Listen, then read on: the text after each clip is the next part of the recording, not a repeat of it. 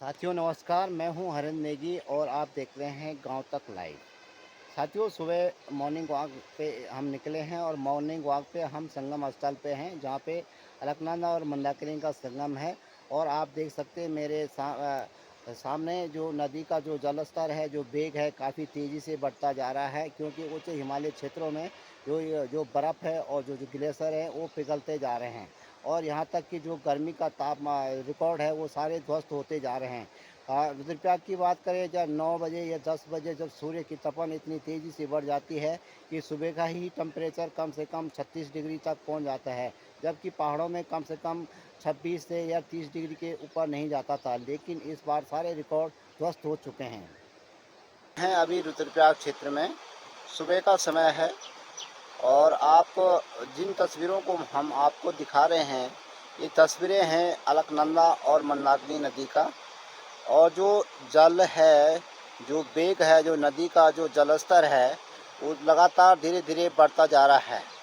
उसका मुख्य कारण क्या है कि जो जलस्तर है गर्मियों में खासकर उच्च हिमालय क्षेत्रों में जब गर्मी बढ़ती है तो निश्चित तौर पे जो ग्लेशियर होते हैं, जो बर्फ़ होती है वो पिघलती है। लेकिन इस बार के जो सारे रिकॉर्ड हैं वो सारे ध्वस्त हो चुके हैं और बर्फ़ इतनी तेज़ी से पिघल रही है, हिमालय के जो ग्लेशियर है वो इतनी तेज़ी से पिघल रहे हैं।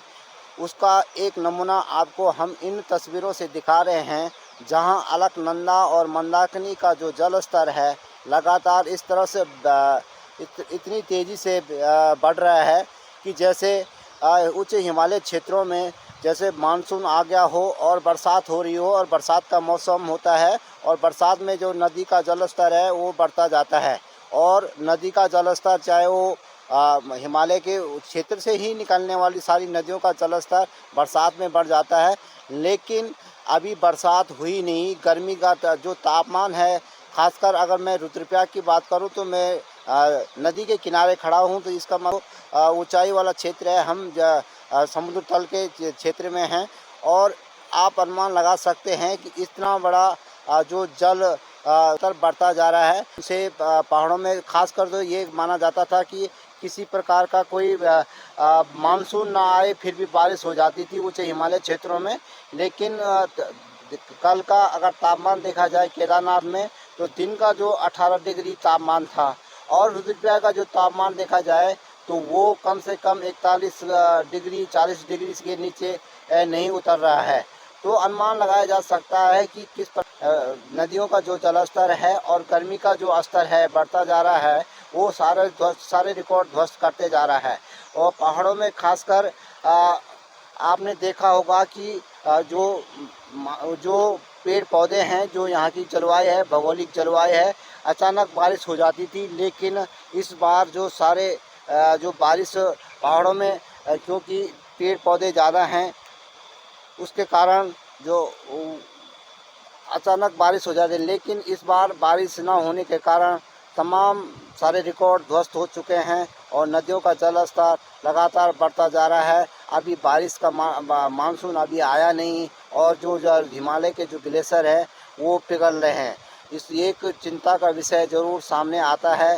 वैज्ञानिक इससे हताश और निराश हैं कि जो पहाड़ों में इस प्रकार से लगातार जो जल स्तर और जो गर्मी का स्तर बढ़ रहा है उससे क्या कह सकते हैं।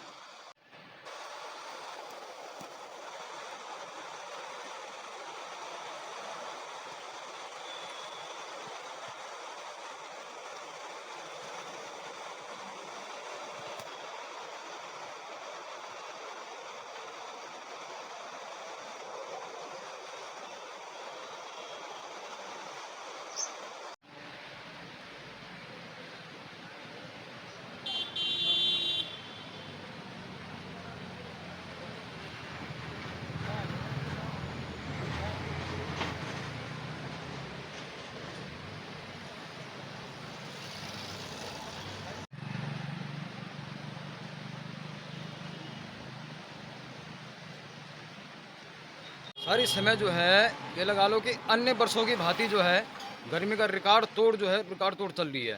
और रुद्रप्रयाग श्री का जो नगर है, इसका जो तापमान जो है 40 से लेके 41 डिग्री सेल्सियस तक पहुंच गया है। और ये लगा लो कि बारिश तो बिल्कुल कहीं नामो निशान नहीं है। और रुद्रप्रयाग में विशेष करके पानी की भी इतनी किल्लत हो चुकी है कि लोग बहुत ज़्यादा परेशान हो चुके हैं। नदी का जल स्तर बिना बारिश के इतना ज़्यादा बढ़ चुका है कि बर्फ़ का जो पानी है वो बहुत ज़्यादा पिघल के आ रहा है और जल स्तर काफ़ी संख्या में बढ़ चुका है। लेकिन गर्मी से राहत मिलने की अभी तक जो है कोई उम्मीद नहीं है। लोग इतने ज़्यादा परेशान हैं कि जो है लोग भूखे प्यासे मतलब खाना तक जो है होटलों में तक खाना नहीं खाया जा रहा है, पानी से जो है पेट भरा जा रहा है। तो इससे अगर इस प्रकार से जो अगर ये गर्मी बढ़ती गई तो आने वाले दिनों में एक बहुत बड़ी समस्या, महामारी पैदा हो सकती है। मतलब एक आपदा का रूप ले रही है। वहाँ विशेष करके एक आपदा का रूप ही है। जैसे 2013 में एक विशेष करके आपदा आई थी। तो ये महामारी जो है ये जो गर्मी का जो सीज़न है, पहली बार हमने रुद्रप्रयाग में इतने सालों में अपने जन्म से लेके अब तक पहली बार जो है 40 से लेके 41 डिग्री सेल्सियस जो तापमान देखा है रुद्रप्रयाग में देखा है इस समय। आपका रणबीर सिंह है। रणबीर जी, आप देख रहे होंगे कि तापमान में कितनी वृद्धि हो रही है। पहले कई सालों से ऐसा नहीं महसूस हुआ, अभी बहुत ज़्यादा गर्मी महसूस हो रही है। ह्यूमिडिटी शायद बढ़ गई है पहले से काफ़ी, और नदी का जल स्तर भी बढ़ा हुआ है, ग्लेशियर पिघल रहा है गर्मी की वजह से। अभी शायद थोड़ा बारिश होगा तो मौसम थोड़ा साफ़ होगा, तो थोड़ा राहत मिलेगा लोगों को। जो रुद्रप्रयाग का तापमान है वो लगभग 41 तक जा रहा है, हाँ जी, हाँ जी। जबकि ऐसा होता है। वही पहाड़ी इलाके में इतना तापमान मतलब बहुत बड़ी बात है। वैसे ऐसा होना नहीं चाहिए, अभी ह्यूमिडिटी की वजह से ऐसा हो रहा है। अगर बारिश वगैरह होगा तो थोड़ा 40 के नीचे आएगा तो लोगों को थोड़ी राहत मिलेगी। पहले ऐसा होता था कि पहाड़ों में खासकर ये ज़्यादा था कि जो पहाड़ी है क्षेत्रों में वन क्षेत्रफल बहुत ज़्यादा है, हाँ जी। तो अचानक बारिश हो जाती थी। मौसम मानसून पर निर्भर नहीं रहना पड़ता था, लेकिन अब मानसून पर निर्भर रहना पड़ रहा है, ऐसा क्यों? अभी एक तो पेड़ों की कटाई वगैरह बहुत हो रही है, पेड़ नहीं लग नहीं रहे, उसकी वजह से भी बहुत फ़र्क पड़ रहा है। तो अगर पेड़ पुड़ लगाए जाएँ, कटाई कम की जाए तो उस हिसाब से वातावरण थोड़ा पहले जैसा अनुकूल हो जाएगा। अभी चेंजेस हो रहे हैं वेदर में, हर जगह पे ही हो रहे हैं। उत्तराखंड में नहीं, हिमाचल, जम्मू कश्मीर सब जगह अभी वैसा ही हो रहा है कुछ। साथियों नमस्कार, मैं हूं हरिंद्र नेगी। और साथियों सुबह मॉर्निंग वॉक पे हम निकले हैं और मॉर्निंग वॉक पे हम संगम स्थल पे हैं, जहां पे अलकनंदा और मंदाकिनी का संगम है। और आप देख सकते हैं मेरे सामने जो नदी का जो जल स्तर है, जो वेग है, काफ़ी तेज़ी से बढ़ता जा रहा है, क्योंकि उच्च हिमालय क्षेत्रों में जो बर्फ़ है और जो ग्लेशियर है वो पिघलते जा रहे हैं। और यहाँ तक कि जो गर्मी का रिकॉर्ड है वो सारे ध्वस्त होते जा रहे हैं।